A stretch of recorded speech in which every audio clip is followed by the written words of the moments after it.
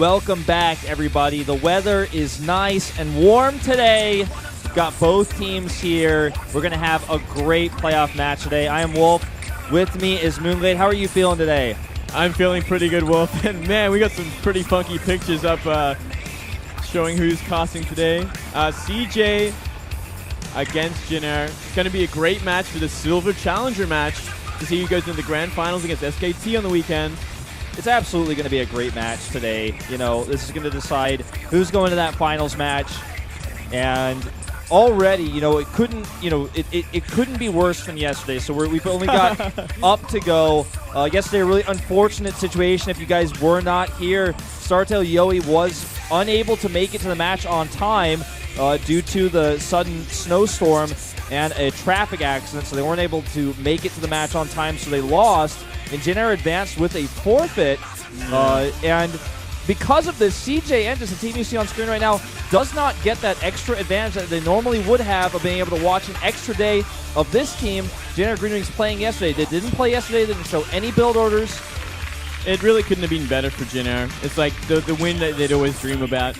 Not having to show any matches, not having to show any games whatsoever. They get to go home early and practice the whole night for CJ the next day. So the advantage is a little less there for CJ than that they really wanted. And I feel like looking at this first match, CJ also kind of messed up on their opening player. Right. It seems to be a snipe pick for SOS. Hush has shown time and time again he's a great player to send out for a PvP. He comes out on mostly Protoss maps. He's got a great Protoss versus Protoss record. And Jinair sent SOS out yesterday on the same map, Overgrowth, as the first player. So it's a reasonable expectation that he would come out again this time on the first map. They send Hush out here. Ends up being a mistake. Ends up not being, you know, what Jinair is going for. So this does put them at a bit of a disadvantage right from the start because Hush is not known for playing great Protoss versus Zerg. No, he really hasn't had a good track record, especially against Rogue. The last time they played, Rogue 2-0'd him in the GSL qualifiers earlier this year. And Rogue has been looking in form in his matchups. He's generally just a great, solid, all-round player in every matchup. Great for starting in this kind of a format. And yeah, I think CJ's really got some catching up to do after this first game, unless Hushton could have make an upset win. Right, you know, some of the Korean commentators were actually favoring him slightly here going into this, and maybe there's some information we don't know about this player. But as far as I can tell, he's a PvP sniper. I mean, it looks to be that way. He's got that upwards arrows from his last 5 Pro League games that come from mostly Protoss versus Protoss wins. Rogue has always been a solid all-around Zerg. Basically, in my opinion, always like kind of top 5, top 6 Zergs in Korea ever since he started to do well in Pro League. Our map list today is the same as yesterday. Overgrowth being our repeat map that we have in Game 7. Deadwing being map 6, so bigger map down there towards the end. Map 2. Very likely to see a Terran come out here after the first win, so our first pick's likely to be a Terran. Yeah, I guess it'll depend on which team wins and which player remains, but it definitely would not be a bad choice for a Terran player to come out on Catalina. Definitely the more favored sort of map for that race. Yeah. So you guys can take a look at some of these records here. The match's story, if you will. To just look at some of these stats here. You can see in round 3, CJ was able to beat Jinair 4-3 last year. But in round 4, Jinair was able to beat them 4-2 back in July of last year. So some of their records there. And you can see some of these players there, you know, win records when it comes to getting multi-kills. Maru actually got 3 kills 3 times. That's a very, very sick track record. Yeah, I guess it's kind of expected from Maru there. Like, he's been the kind of the ace player for Jinair for a very long time. SOS he used to be that kind of beast. He used to be able to do that sort of thing, but not this round. He just hasn't been able to perform to that level. Still a very threatening player, can do a lot of damage, can definitely take out just about anyone. Yeah. And notice SOS has gotten multi-kills at least 4 times, so that's quite significant. In fact, you know, he got 3 kills once, and 4 times he's been able to get 2 kills. So if he comes out, he's most likely not only just going to win, but get a second point as well. Take that early lead. As you guys can see, Innovation and Zest currently tied right now in the winners ranking. However, Innovation has a perfect record, so you know, he's definitely looking to be a little bit stronger up there than Zest. Zest just being fielded 11 times. That's actually incredible. I mean, it really is no match when you look at them. Like, why would they be equal terms when Zest has 5 more losses? Kind of insane. Well, you can see the ranking points that got us here in the first place to the playoffs. You know, Jin just narrowly 6 points ahead of MVP, and everything else just kind of a 10-point margin between the teams. SK Telecom T1, the favorites of last season, looking to break into this next 2015 season, looking very strong. And we're going to find out whether CJ or Jin is going to face them in the finals after this match. Yeah, very unfortunate for Startel Yoi to drop out like that yesterday. But, oh well, we'll move on from that and go to the interviews. Yes. 마스코트 아유리입니다. 1라운드 플레이오프를 펼칠 CJ와 진혜어 감독님 만나보겠습니다. 안녕하세요. 네, 안녕하세요. 안녕하세요. 안녕하세요. 감독님, 제가 아까 감독님 Just saying 처음 hello. 뵀을 때 뭔가 피부가 좋아지셨다 그랬잖아요. 네. 생각을 해보니까 She said that your skin actually looks better today. 표정도 밝아지시고 분위기가 더 좋아지셨어요. 아, 네, 뭐 It seems like your team atmosphere is happier. 피부와 그거는 got better. 뭐 관리하신 건 아니고요. I'm saying I don't know if that has anything to do with my skin. 마음적으로나 육체적으로나 좀 가벼운 마음에 그렇게 보이지 않았을까 생각이 듭니다. But after we won our recent match, 팀 전체적으로 we felt 컨디션이 better. 굉장히 좋아 보이는데 and we gained a lot more confidence. So maybe that is why my skin looks better. 사실 지네오 팀이 굉장히 강력한 팀이라고 개인적으로 생각을 하고 있습니다. Jin is a strong team. 정규 시즌에서도 저희가 지네오한테 한번 졌고 또 지난 포스트 시즌에 Well, in the regular season, we had a loss against Jin and in our last postseason, we lost to Jin as well. That 2-4 I was talking about earlier. 쉽지 않은 경기가 될 것 같지만 Their roster is also very strong. It's not going to be an easy match today. 마음은 항상 4대 0으로 오지만 마지막에까지 4대 3 승리하는 것까지. Our goal is always to win with a 4-0 score, 아무래도 그 중간이 4대 but we do prepare for that possibility of going to the final set. 진혜어가 생각하는 오늘의 예상 스코어 He's expecting a 4-2 win today. 저희는 한 4대 3으로 저희가 이기지 않을까. He expects a 4-3 win today. 솔직히 마음 같아서 The Jin 4대 coach. 0이라고. 네. 스코어를 말하라고 그랬는데. Are you being honest? 준호랑 눈이 마주쳐 Are you 가지고. not expecting a 4-0 win? 네. 좀 그러면 준호 선수와 눈이 마주치지 않았다면 예상 I wanted to 네, say that, 별거리를 but Hero was 해줬어요. looking at me, 4대 0을 so I couldn't say that. 때문에, 4대 0을 생각하고 있었는데 준호랑 눈이 마주쳐가지고. I was 어떻게 thinking- 생각하세요? 4대 0. I was thinking a 4-0 victory, so, but Hero kept looking at me, so I felt bad about saying that. 그건 좀 말이 안 되고요. 그 승자 전적은 방식에서 저희는 절대 올킬은 저희가 올킬을 In the all-kill format, 당하지는 않을 겁니다. so we never get all killed in this format. 두분 제가 듣기로는 I don't understand why you would think that we could all kill today, or we'd get all killed today. 사실 상대 감독님의 전략을 조금은 꿰뚫진 않았나 생각을 했거든요. 혹시 도움이 되는 부분이 있었나요? 두 분이 같은 팀 계셨어서? 네. 근데 Since you guys were in the same team in the past, do you feel 도움이 that you guys know each other very well? 일단 진해 같이 이제 Being in the same team really helped 아무래도 in preparing 감독님이 strategies. 어떤 식으로 큰 틀을 짜는지 대충 알고 있어서 I kind of know how 했는데 he plans for his 아, matches, so 제 they helped me 생각을 좀 prepare for 읽으신 것 today. 같아요. 여유 서로 있게. 꿰뚫은 I 거죠? think he kind of read my mind 서로 also. 꿰뚫었던 거죠? 서로 마음을 읽었으니까. 사실 그 차지훈 감독이랑은 수년 동안 저희가 이제 경기를 같이 하면서 저희가 예전에 So we were on the same team for a long time, he says, 라인업을 짰을 때는 many years. 정말 하루 종일 이야기를 And when we 하는 planned the 시간도 lineup 굉장히 in the same 많았거든요. team, 그래서 we talked to each other all day long about, 나왔을 you know, the 때 entries we were going to 항상 prepare. 분명히 차지훈 감독이 제 마인드를 잘 알아요. 그러니까 그렇겠죠? So I was a little bit worried. So because we're facing each other now as opponents, and he knows me very well. He knows my tendencies very well. SK T1의 최현성 감독도 굉장히 서로 생각을 좀 많이 알아서 가끔 라인업을 And also, 보면 좀 The SK Telecom team is very close friends with me as well. 정말요? 오늘 그러면 기대해 보겠습니다. 과연 So whenever we see the lineups, it feels like it's 있었던 exactly as they 감독님들이 expected it. 어떻게 So he says that's kind of a funny thing that that goes on because he knows these people so 플레이오프라서 well. 오늘 현장 분위기도 남다른데요. 과연 오늘의 우승팀은 어떤 팀일지 중계진과 함께 만나보겠습니다. 지금까지 아유리였고요. 중계진 나와주세요. So, Yeah. definitely 워낙 some 분위기가 뜨겁기 really 때문에 interesting words from those two.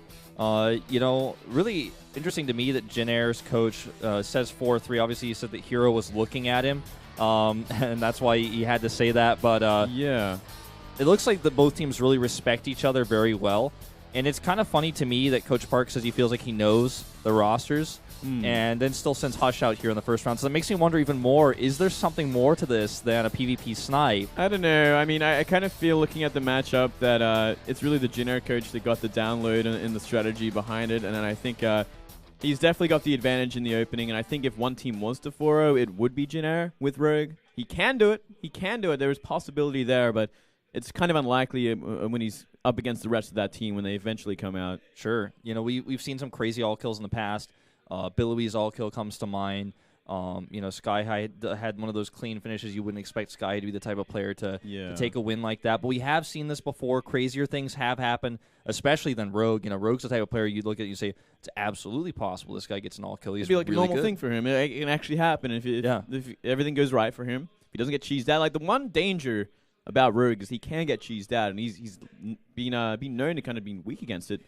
Coming back to like the Myungshik games in Star League, he dropped the series to Myungshik just getting cheesed out. Like he get really tilted from it, and he just didn't play his best. And it can happen to him of all people. Sure, I feel like Rogue is the type of player who's really good at preparing for a best of series for macro games really, really well. And I think he's okay at preparing for a best of one on a specific map, which he does know his opponent. This is the only map, you know, in this that you know the opponent, where you can just kind of choose that.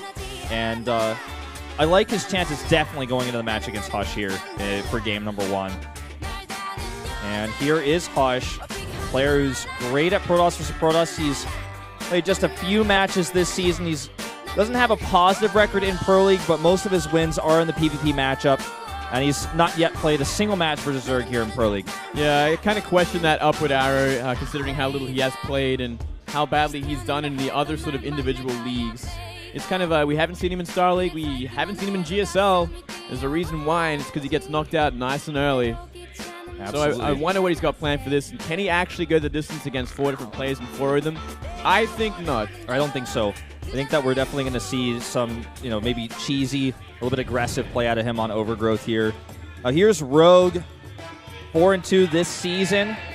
He's got a positive record versus Protoss at 2-1. And, you know, this guy is one of the top players in the world right now as a Zerg. He's really, really solid. Definitely by far the favorite going into map number 1. No one would question that.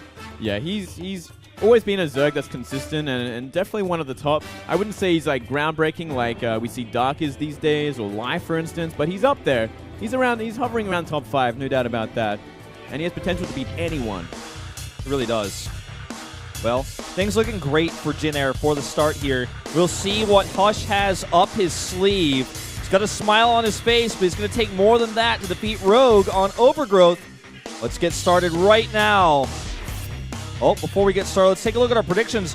Foreigners say Rogue, Koreans say Hush. I wonder what the Korean casters are thinking when they go for this. Maybe they have that secret information that you might be thinking of, Wolf. Maybe they know something we don't, but we haven't seen Hush in a long time in Pro League, so I just don't feel it. I don't feel it at all.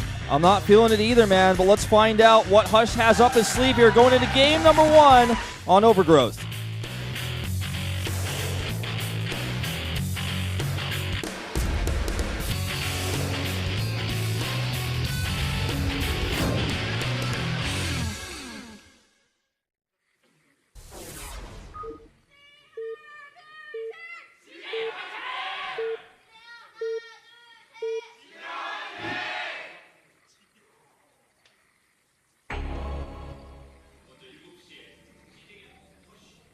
There's Hush, spawning the bottom left in red. Up here in the top right, it is Rogue for Jin Air. The favored player in this matchup, I would have to say. I think most would agree, Moonglade. Supporting Pro League from Australia. Oh, Aussie. That's where you're from, Moonglade. They don't have headsets. They can't oil me back. What's going on? You'd have to shout a bit louder, I suppose, for them to get you. I'll have to go outside next time. Scream from the booth top. Well, this map is a 2-player map with a moderately short rush distance. We do see a pylon in the main here for Hush, so he's starting things off that way. Yep, could still possibly be a Nexus first. I mean, he can still play this very greedy, but clearly not going to be a Forge anytime soon. No. So Rogue can go for that extra greedy build, go for that double hatch before pool, if he so dares. Sure, and he does have 3 extra probes queued up. Hush does. So with that, it's looking more likely we will see a Nexus first. Only time will tell. Only time will tell, and yeah, Rogue going towards that natural, so I think he will be going for that hatch first. Maybe scouting for proxies first. Maybe it is just a drone scout. It is pretty late if it is just a drone scout. Yeah, sending it out down there at 15. And he checks, he goes over to that third base location. He's actually just going to fast expand to the third base, maybe expecting a cannon, which when you're up against Hush, someone you're probably expecting you're better than, that may be the plan here. Maybe he's thinking, oh, he's just going to cannon rush me. I'm just going to surprise him. I'm going to go to this third base. What are you thinking about this one, Moonglade? Something I haven't seen before, Wolf. I'm not going to lie, man. It's just that we never see someone put a base down here. And I think it must be because he is trying to dodge any sort of cannon rush. But still, he's going to put down a second hatch rate. He's natural. And he's going to get that up. He should be fine, but very interesting sort of third hatchery positioning in the outside. Certainly a unique approach. I would dare say it's kind of vulnerable for any sort of cheese or rush. Like if we did see some sort of like maybe a Mortal all-in or something, or Blank Stalkers. I guess it is a really open space around that hatchery, so it can be a little bit easy to deal with force fields, perhaps. Still, it's very curious. I hope we really get to see Kanata eventually interview him, and we find out why he chose to put the hatchery there. Yeah, that would be, absolutely great to hear. Well, Hush incorrectly checks the third base location, as you guys can see in this first-person view, at the base to the left of the natural. He doesn't know where the third base is. He knows it's there because he saw the hatchery at the natural is late. He saw the pool is late, so he's absolutely certain there's a fast third hatch. Yeah, I think he's looking for the goal base now. He's like, because that has been something we have seen in the past, especially from players like Lenok. Checking for that goal base now, doesn't see it. He must be thinking, what on earth is going on? And yeah. I think he might get the correct scout this time, or at least if he goes to the Zelnaga Tower, he will see the creep. Yeah, not just yet. Looks like he's just going to take the longer route over there. Actually doesn't even check it. Wow. He's not even queuing for that, so that's... This is just a big mind game at this point. Yeah, I think he's getting a bit flustered by this, perhaps. Stargate will be placed here in the main base, meanwhile. Correct choice, I'd have to say. Yeah, I think it's a great choice. Checks the gas as well. Just looking at Hush's face, I think he's very uncomfortable right now with what he's seen, or I guess what he hasn't seen, you could argue. Yeah, it really is the most unusual sort of hatchery placement, and he is going to go scout for one more time, but these Lings are going to chase down this probe in due time. And yeah, I think we are going to see that Oracle opening. Maybe look for some damage, maybe try and secure a third behind it, as we do see Protosses do a lot on this map. This is the most common sort of opening we do see from Protoss against Zerg. Pretty early Zergling speed though from Rogue, so he's going to be on the map pretty early on, and there's a definite potential threat to cancel the third base if he makes enough Zerglings. Yeah. Just now sticking with that traditional 4, trying to kill that probe, eliminate him over there. And he says, it's got to be a 4-3. That sign there. Phoenix is actually coming out here for Hush. Okay. Phoenix is not a horrible choice either. Something we see less of these days, but can still do a lot of damage. Obviously, the more they're alive, the more they can pick up and kill with their energy. And yeah, they could definitely the other way to go. Gives you a lot of scouting potential as well. Flying around with 4 Phoenixes, you're going to see what's going on exactly. Much better at dealing with roaches than obviously an Oracle is. Yeah. Well, it's definitely going to be easily clean up those Overlords, which is a bit of an annoyance here to Rogue, who now has to remake 3 extra ones to make sure he has enough supply to continue to produce units. Now 12 Zerglings on the map with speed. And this Overlord, of course, being cleared, is going to have to use those Zerglings if he wants to check and poke over there to deny a third Nexus. Going to poke the front first. Sees that tight wall, backs away. Another Overlord will fall here.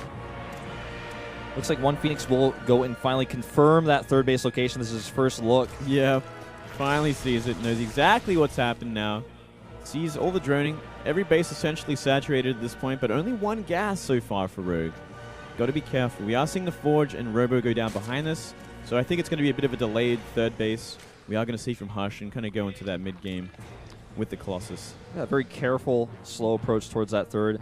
Good scout on the Roach Horn there, sees its exact timing. He's also able to identify the gas as being a little bit late, as you mentioned. Few drones picked off here. He's very conservative with his Phoenixes. He's not really trying to go for major damage, just trying to find openings. Yeah, just picking what you can. Like the one power with Phoenixes, they do last forever. And one Spore is never going to kill a Phoenix so long as the micro is good. And he's building up that drone kill count. Like he's already got 4 so far, and it's going to get worse and worse over time. Any sort of stray units will get picked up and killed. You see these Zerglings kind of engage a superior army in the bottom side of the map towards that third base. So we know for sure the third base is going to be going up momentarily.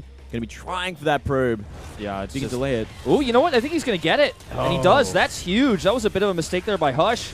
He was busy microing his Phoenixes on the other side of the map, and losing that probe, a big blow here. In fact, he's going to lose the second one potentially here, and he does, and that is a huge delay on that third base. It is such an annoyance. It's something that shouldn't happen. We didn't see any force fields go down to kind of protect it, which is a little bit of a mistake. Too busy, yeah, as you were saying, focusing on this Phoenix micro. It is doing a lot of work, though. A lot more drones are going down, 4 more. Yeah, delaying some of that gas mining, especially over there at that third base. This Nexus is so late, and we do see Swarm Hosts on the menu here for Rogue. He's got the increased lifetime for the Locust queued up as well. Not a bad choice. Not a bad choice at all. And this map is fantastic for Swarm Hosts because you can kind of seal it off, split the map in half essentially. Though it's going to be interesting with this kind of awkward base we do see from Rogue out in the middle of the map already. I mean, he gets great creep spread from it, which means he can probably push the Locust a little bit extra forward than he normally would be able to if he took the base to the left of his natural. Yeah. So yeah, it's going to be interesting to see how aggressive he's going to be with these Swarm Hosts and how passive he will be. And we already see Colossi on the way as well as Void Rays. And obviously we know once the Colossi count gets up high enough, he can start fighting and trading with these Locusts pretty efficiently. Yeah, that's one thing that Hush definitely has going for him, is just to happen to pick the right tech for this situation. And Overseer Scout is going to come in and find this out. He's also going to be able to identify the Void Ray production. Oh, he's got to be so careful with these Swarm Hosts too. Phoenix is going to be flying in. If he gets a couple of kills on Swarm Hosts, big mistake. You do see one lifted up already. Yep, that's pretty nice here. Looks like he'll definitely pick that one off at least. Very big victory here to be able to pick something off like that. Really hurts that Swarm Host Locust production. Well, I mean, at the same time, not only are you losing such an expensive unit, but it gives away the tech. It's like, oh, you're going Swarm Host this early, I just have to make Colossi. Yeah. And I have to get on the map, and I have to counterattack and make sure you're out of position with these Locust Swarm Hosts, and I can just kill your base, essentially. Because there's no static up. There's no ground army to help deflect this. The Swarm Hosts have to be there, or you're going to lose something. He's very confident. Hush is with this small army he's produced here. Just always able to know where Rogue's units are with those Phoenix Scouts and try to outmaneuver them. With the Mothership Core of this army, he has that extra mobility, that potential to recall. So he's not really scared moving across a map like this. And it looks like he might just go ahead and drop that recall down now. Nope. No, I think it's probably better for him if he just stays on the map. He knows that the Swarm Hosts pretty much have to stay there, continually morph Locust towards there, and if they don't, then Hush can just come back in and start pressuring the natural again. Well, as you guys can see here, these Locusts are now starting to work away on these gateways at the third base. Going to get this cannon as well, which will mean that future Zergling run by Zeven can be a lot more effective. Yeah, and you know what? There's not really enough units. There's 2 Colossi and only a few units to kind of buffer against anything coming their way. And we do see 3 Swarm Hosts still around the natural to kind of press against anything that's going to try and counterattack. Yeah, and he's starting to focus this Nexus a little bit. He did it for just a second. It's pretty low. It's lost all of its shields. Meanwhile, this small army here, is it enough? There's plenty of Zerglings to help tank at the front for those Locusts to come out here. And a Nexus planted to the top left. Would have never expected to see that. Well, he did lose that third down to the bottom, so I think he has to at this point. There's simply no way he's going to hold it. Simply just not enough Colossi on the map. Such an awkward position. I don't know if we're going to see Rogue scout this that early. And at the same time, with his War Prism going towards the main base, things can get really shooken up pretty badly for Rogue, because he's got most of his army is simply Swarm Hosts at this point. What do you think about the Spore Crawlers he's making right now? Is that against the Colossi, so he can't just start step forward on top of Swarm Hosts? He's making 6 spores right in front of his base. That's essentially, to block out any sort of observers that try and go near them. It'll just simply get picked off, and obviously Void Rays is another big problem at this point, because there's not much anti-air, if any. And we do see the Zealot warping in the main base.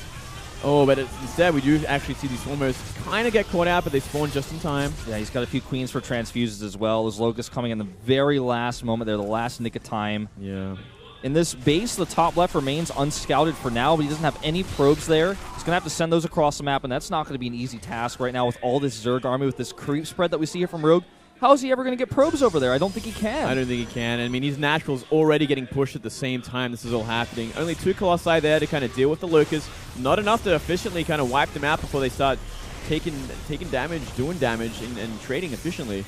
Rogue is consistently microing his Locusts in moments like this, by the way. I'm loving his targeting that he's using to pick off some of these units, to pick off cannons, to make sure the Locusts are getting their maximum efficiency when it counts. Ooh, this Colossus taking a lot of damage, almost goes down. And just so much static D over here, and enough Locusts to kind of bully this army back. Now the Queens come from behind, forcing that recall to the natural. And Rogue has total control over this game just off of 3 bases alone. Look at his creep spread now going down towards the right side, towards that old third base location of Hush. He has total command over this game. He could probably take a 4th pretty soon. He could definitely take a 4th. We do see the Roaches kind of clearing his 3rd base in preparation for maybe once a 4th hatchery there. And, I mean, there's so many Colossi now. That is 5 Colossi. So they can efficiently kind of start dealing with the Locusts and start clearing the creep back. But still, I mean, he doesn't really have much to buffer for them, which is the next problem. Usually you want at least a couple of Zealots, maybe some sentries? Yeah, I mean, if you have sentries laying around, they could definitely drop the force fields down, but with nothing to buffer, Colossi are even having trouble against that large Locust count. Zealots over here targeting down this hatchery. Doesn't have too many Queens nearby. It looks like he's going to get it. It's going to be close. One more transfuse goes down, but I think he will still get it. He does. Just gets it. And that's a pretty big victory in itself. At the same time, we do see Locust engaging in these 5 Colossus. This is a very risky sort of situation. I mean, those Phoenix are really helping out too, picking off what they can.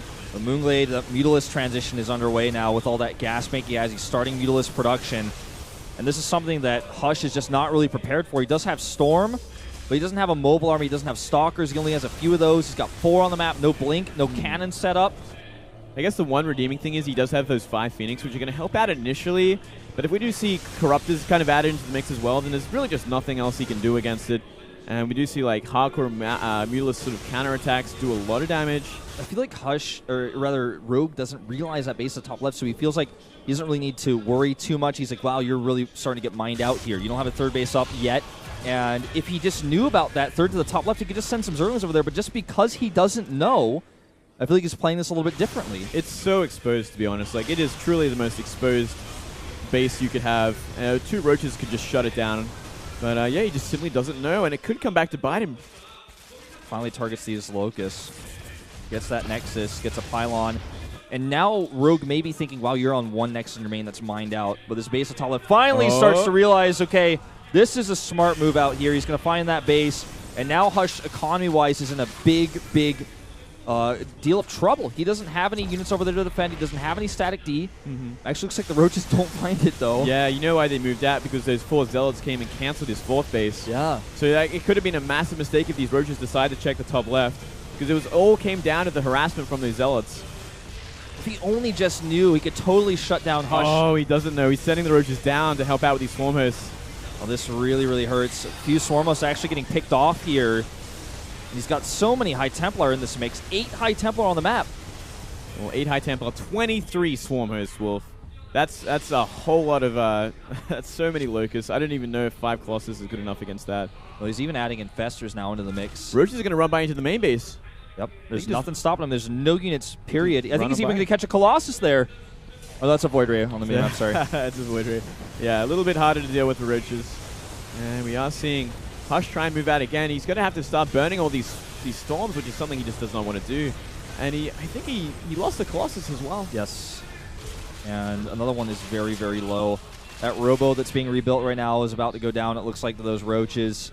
Void Ray turns around to come help defend.